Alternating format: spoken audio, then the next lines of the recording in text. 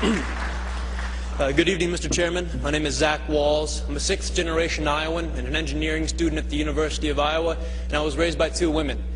My biological mom, Terry, told her grandparents that she was pregnant, that the artificial insemination had worked, and they wouldn't even acknowledge it. It actually wasn't until I was born and they succumbed to my infantile cuteness that they broke down and told her that they were thrilled to have another grandson. Unfortunately, neither of them lived to see her marry her partner, Jackie, of 15 years when they wed in 2009. My younger sister and only sibling was born in 1994. We actually have the same anonymous donor, so we're full siblings, which is really cool for me. And I guess the point is that our family really isn't so different from any other Iowa family.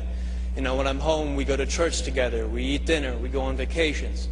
But we have our hard times too, we get in fights. Actually, my mom, Terry, was diagnosed with multiple sclerosis in 2000.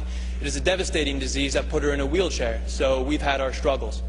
But, we're Iowans. We don't expect anyone to solve our problems for us. We'll fight our own battles. We just hope for equal and fair treatment from our government. Being a student at the University of Iowa, the topic of same-sex marriage comes up quite frequently in classroom discussions. And the question always comes down to, well, can gays even raise kids? And the question, the conversation gets quiet for a moment because most people don't really have an answer. And then I raise my hand and say, actually, I was raised by a gay couple, and I'm doing pretty well. I scored in the 99th percentile on the ACT. I'm actually an Eagle Scout. I own and operate my own small business. If I was your son, Mr. Chairman, I believe I would make you very proud. I'm not really so different from any of your children. My family really isn't so different from yours. After all, your family doesn't derive its sense of worth from being told by the state, you're married, congratulations. No, the sense of family comes from the commitment we make to each other, to work through the hard times so we can enjoy the good ones. It comes from the love that binds us. That's what makes a family. So what you're voting here isn't to change us.